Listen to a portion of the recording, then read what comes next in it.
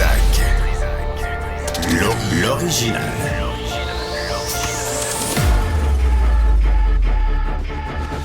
Du Trisac. Votre plaisir coupable. Bonjour tout le monde, c'est mercredi, le 12 mars 2025. Moi, j'ai un frère, son anniversaire, c'est le 20 mars. Et chaque année, une tempête, c'est sûr. Alors, faites-vous à l'idée, mais ça ne dure pas longtemps. Mais t'as eu un beau déménagement aussi en pleine tempête? Oui, il y a une douzaine d'années, un 22 mars, où il neigeait à l'horizontale. Le camion était bouqué, tout le monde était bouqué. T'avais plus le choix, il fallait que ça se passe. T'as pas le choix, mais là, tu déménages dans la neige. Il y avait de la neige partout, bref.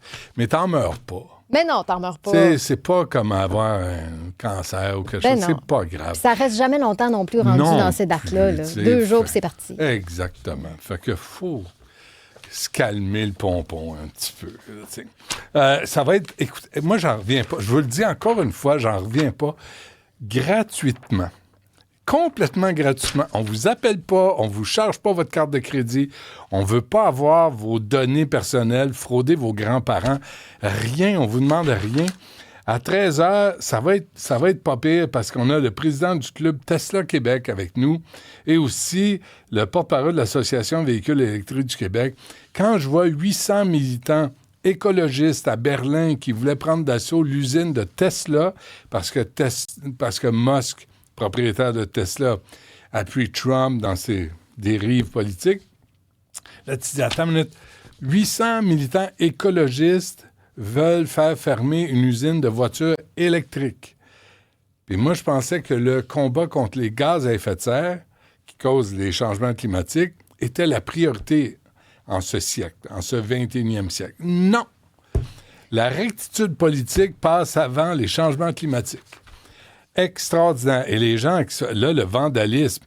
Puis là, il y a des tatas, comme on a vu à l'Université de Concordia, McGill, l'UQAM, tu sais, des crétins, là, tu sais, qui disent, qui font du vandalisme, qui mettent nazi sur des portes de concessionnaires Tesla, puis qui disent, c'est ma liberté d'expression. C'est quoi, mon ami? Je vais aller chez vous. Je vais aller faire caca dans ton évier. Puis après, je vais dire que c'est ma liberté d'expression. Tu peux pas être plus débile que ça. Moi, ça me renverse. Bref, à 13h, aussi à midi, ça commence aujourd'hui, 2 jours, les ministres des Affaires étrangères, dont M. Rubio des États-Unis, un autre ami de Donald Trump, se rassemblent au manoir Richelieu, qui n'appartient pas aux Québécois en passant. Hein. Je suis allé vérifier ce matin. Moi, je me disais, le manoir Richelieu, c'était à nous autres, ça. Malenfant, le FTQ, ça nous a... Ben non. Ça a été vendu? Ben, à Fairmont. Oui. Puis après, Sofitel a acheté Fairmont. Fait que c'est des Français avec des actionnaires saoudiens, qataris, anglais qui possèdent le manoir Richelieu. Ça, c'est le Québec, ça. On a des joyaux comme ça, puis on les laisse aller, ça ne nous appartient plus. C'est quand même... Je trouve que c'est évocateur sur notre incapacité à gérer un peu plus que les affaires courantes. Puis même ça, on a de la misère. Pas mal placé pour parler d'indépendance du Québec, alors que j'en suis un. Mais là, je trouve qu'on n'est pas là pour donner l'exemple. Alors, c'est ce qui s'en vient à 12h10. On aura le maire de Malbaie, Michel Couturier, avec nous, parce que là, c'est pas le temps d'aller à Malbaie. Après, oui. Mais sur le coup, tu risques d'être pogné derrière des limousines. Il doit y avoir bien de la sécurité dans le coin. Ouais, des lunettes fumées, là, ça va passer par là. La vaginose bactérienne. Je fais attention quand j'aborde ces sujets-là parce que je veux pas... d'abord, on va pas s'en moquer. Ça affecte les femmes, mais surprise, on apprend... Il y a des études qui viennent de sortir. Puis là, on apprend qui doit prendre ses responsabilités aussi en fonction de cette maladie. Sarah Maheu-Lacroix est gynécologue au CHU de Québec et prof à l'Université Laval. Mme Maheu-Lacroix, bonjour. Bonjour. Merci d'être avec nous parce que je pense que ce sujet-là devrait intéresser toutes les femmes qui nous écoutent. Oui, tout à fait. Vraiment, là, c'est une problématique qui est très fréquente chez les femmes. Puis, en plus, c'est vraiment intéressant ce qui est sorti là dans une étude récente dans le New England Journal of Medicine. On a quand même, on s'est longtemps demandé si l'homme avait un rôle dans la vaginose bactérienne. Puis, longtemps, on a dit que c'était pas une maladie transmissible sexuellement.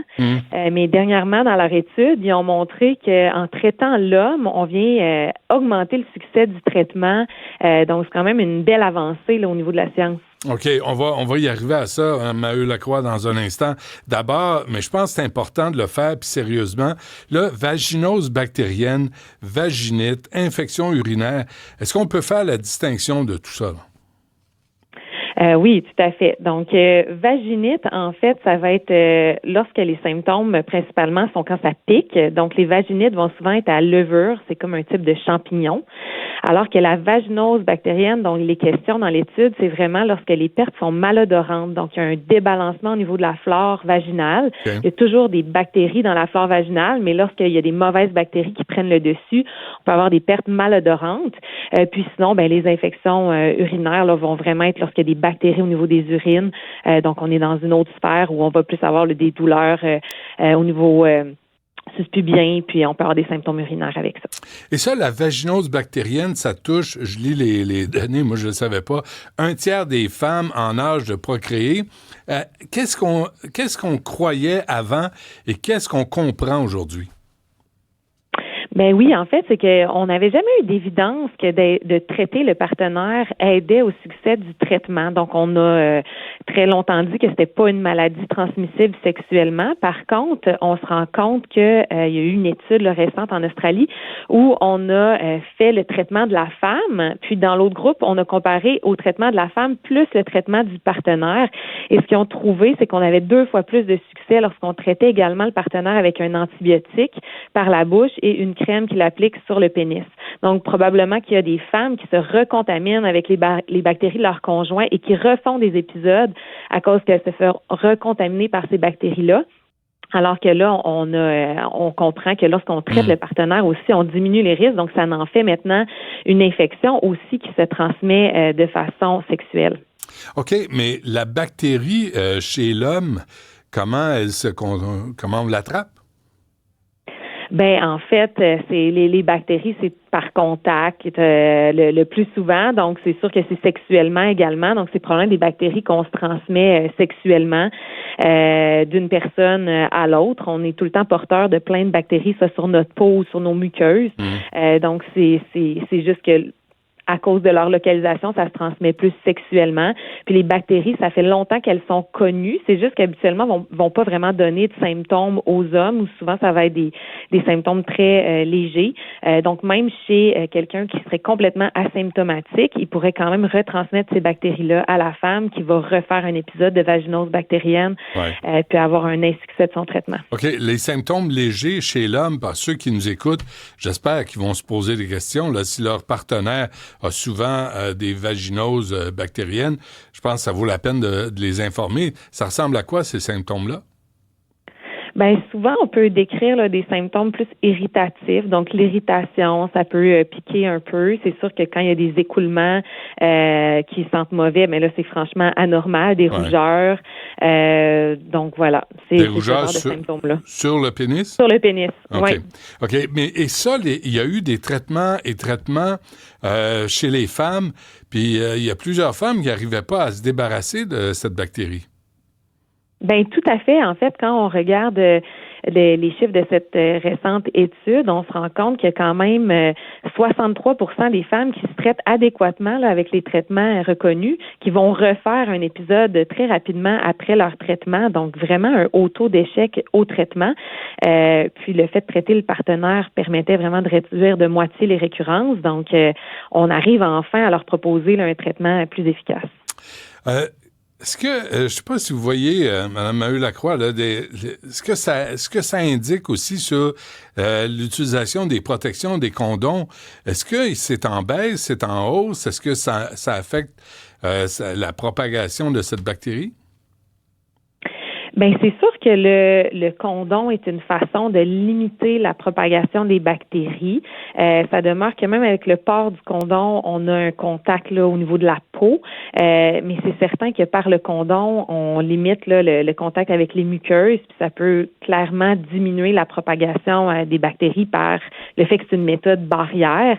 Oui, on a entendu dire qu'il y a une diminution, c'est des tendances. Là. Des fois, on fait, c'est sûr que toutes les activités de prévention, on va parler de l'importance du condom, vont aider à ce que les gens portent plus le condom, mais d'avoir différents partenaires et de ne pas utiliser le condom est clairement un facteur de risque important.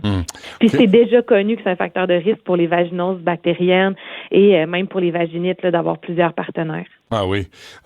OK, j'ai une question niaiseuse, là, mais pourquoi ça revient, cette bactérie? Pourquoi elle revient? Oui. En fait, c'est souvent des bactéries qu'il y a plusieurs personnes qui portent, même des femmes qui portent de façon asymptomatique. Donc, au niveau vaginal, on a plein de bactéries. Puis quand il y a les bonnes bactéries comme les lactobacilles qui diminuent, souvent ça laisse de la place aux autres bactéries de prendre le dessus, puis là de complètement débalancer la flore, affecter le pH, puis d'avoir des pertes anormales qui deviennent malodorantes. Donc c'est ça que la bactérie est pas complètement partie, que notre traitement a été inefficace, ou qu'on a été à nouveau en contact via notre partenaire, mais il y a probablement plusieurs mécanismes. Mais là, on se rend compte que la recontamination par le partenaire a probablement un impact beaucoup plus important que ce qu'on s'imaginait auparavant. Ouais. Est-ce que c'est un lien avec les ITS? Est-ce qu'on peut faire des liens? Est-ce que ça veut dire que ton chum, c'est un courageux? Pas nécessairement. Mais en fait, c'est parce que dès qu'on est actif sexuellement, on peut avoir juste un partenaire puis attraper toutes sortes d'affaires. Hein. On a le VPH aussi qui est en lien avec le cancer du col, tout ça. Mais il s'agit d'avoir un partenaire. Puis ça se peut que ce partenaire-là, sans avoir aucun symptôme, il soit porteur du VPH, qui vous mette en contact avec des bactéries que malheureusement vous n'allez pas arriver à combattre, puis que vous allez faire une vaginose. Puis il pourrait être aussi porteur d'une chlamydia, d'une gonorrhée, du VIH, de la syphilis. C'est sûr qu'on a beaucoup parlé de la chlamydia, la gonorrhée, la syphilis, mais on se rend compte qu'il y a même d'autres virus et bactéries qu'on se transmet, dont on parle moins sexuellement. Je veux dire, on fait l'amour, on peut aussi attraper la grippe, puis n'importe quel rhume, puis finalement, on se les transmet sexuellement. Ouais, c'est moins compliqué. ça, c'est moins pire. Mais c'est ça. Mais il y a plein de bactéries qu'on s'échange, puis on se rend compte que dans l'article, on en parle, que finalement, on devrait même considérer maintenant la vaginose comme quelque chose qui est transmis sexuellement. Ah oui. J'ai une question. Je sais que Mme Marie-Lacroix, là, je vous pose une question, je pense que ça vient en tête. Là. J'ai reçu le propriétaire du Club L récemment. Tu sais, c'est un club échangiste. Vous, là, comme gynécologue, vous en pensez quoi des clubs d'échangistes? Moi, en fait, comme gynécologue, mon opinion de gynécologue serait que si on a ce genre de pratique-là, il y a moyen de le faire de façon sécuritaire. Donc, c'est sûr qu'une méthode barrière est vraiment importante parce que plus on a de partenaires, plus on a de relations non protégées, c'est sûr qu'on s'expose à énormément de risques. Puis moi, c'est des choses que je vois souvent en clinique. Donc, je sais que c'est un risque qui est réel puis qui est important. Donc, si on s'adonne à ce genre de pratique-là, c'est important d'utiliser des méthodes barrières puis du moins d'être conscient des risques qu'on prend là, pour notre santé. Vous le voyez dans votre pratique, là, des gens qui pratiquent de l'échangisme, puis qui reviennent vous voir, puis ils disent... C'est parce qu'on en a parlé, tu sais, de façon ludique un peu, c'était dans le cadre de la Saint-Valentin, sauf que participer à ce genre de soirée, là, où on s'échange des fluides, on s'échange des contacts, il y a des risques pour la santé. Oui, il y a des risques d'infection, c'est certain. Puis c'est sûr que plus on est à risque, plus on devrait avoir des dépistages fréquents. Puis il faut comprendre que c'est pas parce qu'on se sent en santé puis qu'on n'a pas de symptômes qu'on n'est pas infecté. Donc on peut avoir un risque pour nous, mais aussi pour nos partenaires, puis surtout nos multiples partenaires. Donc c'est important d'avoir des pratiques sécuritaires puis de bien considérer ça là, dans nos choix. Il y a un vaccin pour le VPH, le virus du papillon humain. Il y a un vaccin qu'on donne chez les filles avant leur activité sexuelle. Est-ce que vous voyez un sentiment anti-vaccin, tu sais, avec la COVID, avec toute la désinformation à laquelle on a assisté. Est-ce que ça s'applique aussi à d'autres utilisations de vaccins? Oui, tout à fait. Tout à fait. Puis il faut oui. comprendre que le vaccin, il couvre contre certaines souches du VPH, mais pas toutes les souches. Il pourrait y avoir aussi un phénomène de remplacement des VPH les plus fréquents aussi avec le temps. Puis moins il y a une grande proportion de la population qui est vaccinée, moins on a une bonne protection de la population. Donc, faut pas s'imaginer que le vaccin contre le VPH est une très, très belle méthode, mais il faut pas s'imaginer que c'est magique puis qu'à cause qu'on a ça dans notre population, qu'on a un risque. Puis il faut aussi savoir que ça a été appliqué là quand même dans les dernières années, mais les populations, il y a beaucoup de femmes et d'hommes qui sont pas du tout vaccinés. Donc dans ces clubs échangistes-là, par exemple, je serais curieuse de savoir quelle proportion sont vaccinés. C'est probablement une minorité, vu qu'on l'a appliqué juste dans les dernières années à l'école. Donc c'est pas des gens c'est pas tout le monde encore qui est protégé. Puis même à ça, il y a des gens qui décident de ne pas se vacciner. Donc moins on a une grande proportion de la population qui est vaccinée, moins on a une belle protection là, pour notre population. En termes de santé publique, là, vraiment, je pensais pas aller là avec vous, mais je trouve ça intéressant. Là. En termes de santé publique, est-ce que le genre de club échangiste comme ça, est-ce que ça devrait être pas interdit, mais contrôlé, en tout cas, d'une façon ou d'une autre? Mon Dieu, je pense pas qu'on peut décider. On peut clairement pas décider pour les gens, mais c'est ça qu'on pourrait faire des belles. On pourrait orienter au moins notre sensibilisation pour faire plus de dépistage et tout ça. Mais il y a une certaine surveillance aussi de certaines maladies transmissibles sexuellement. Donc il y a des maladies qui sont à déclaration obligatoire. Donc je sais que notre santé publique fait des enquêtes pour si jamais là il déclare les cas. Si jamais on semble avoir là, une cause commune, c'est le genre de choses qui est soulevé par la santé publique. Donc, je fais bien confiance à notre système de voir s'il y a des tendances comme ça, là, qu'il y aurait des milieux très à risque. Ça pourrait être soulevé par la santé publique. OK. 2-3 affaires avant qu'on se quitte. J'ai une auditrice qui m'écrit, je vais vous lire la question de la façon dont elle me l'a écrite. Un gars qui couche avec plusieurs filles, peut-il débalancer la flore des femmes? En fait, il peut mettre en contact avec certaines bactéries qui vont malheureusement, qui peuvent en fait entraîner un débalancement, mais il faut savoir que ça peut être dû à plusieurs facteurs. Exemple, si la femme prend un antibiotique pour une infection urinaire, ben là, ça peut débalancer sa flore encore plus. Là, vu qu'elle a été en contact avec une bactérie par son partenaire, ben là, ça peut amplifier l'effet que là, elle va développer une vaginose bactérienne. Donc, des fois, c'est pas juste le fait qu'il y a le partenaire. Des fois, notre corps est capable de se débarrasser de cette bactérie-là puis garder sa flore normale, mais d'autres fois, combiné à d'autres facteurs où on a un moment de fragilité, puis là, la flore se débalance. Mais oui, clairement, ça peut être provoqué par l'introduction d'un nouveau partenaire. On s'ennuie de la belle époque, des années 40, 50, où une femme là, mariait le premier avec qui elle couchait, puis là, c'était réglé pour le restant de ses jours. Puis mon Dieu, qu'elle était heureuse, puis elle avait 12 enfants, puis la vie était belle. On s'ennuie de ça? Elle était heureuse de même? Pas sûr, Pas sûr. Pour revenir en conclusion, pas sûr, c'est une blague. La vaginose bactérienne, là, les femmes qui nous écoutent, comment elles peuvent s'adresser à leur médecin pour inclure leur partenaire là, dans un traitement, là, pour que ça se fasse, parce que là, les femmes peuvent avoir ce traitement-là avec leur partenaire, là, je comprends bien. Ben oui, tout à fait. Puis ce qui est bien avec le New England Journal, c'est qu'ils font des super beaux résumés pour les patients. Si les gens veulent aller le consulter, là, c'est très facile de le consulter, de le faire imprimer. Puis ça va clairement faire changer nos pratiques là, dans les années à venir. Donc, le résumé des résultats est sur leur site. Puis, on peut tout à fait, dès maintenant, là, traiter la patiente et son partenaire puis considérer ça avec son médecin. Est-ce que les hommes ont encore de la misère à prendre leurs responsabilités au niveau sexuel? Je dirais que c'est très variable, mais il faut dire que dans le cas de la vaginose, c'est un traitement qui est très peu invasif. Là, il y a très peu d'effets secondaires. C'est un antibiotique très bien toléré avec une crème à mettre qui est très très bien tolérée. Donc, je vois mal comment il pourrait justifier qu'il veut pas embarquer dans le bateau. Là.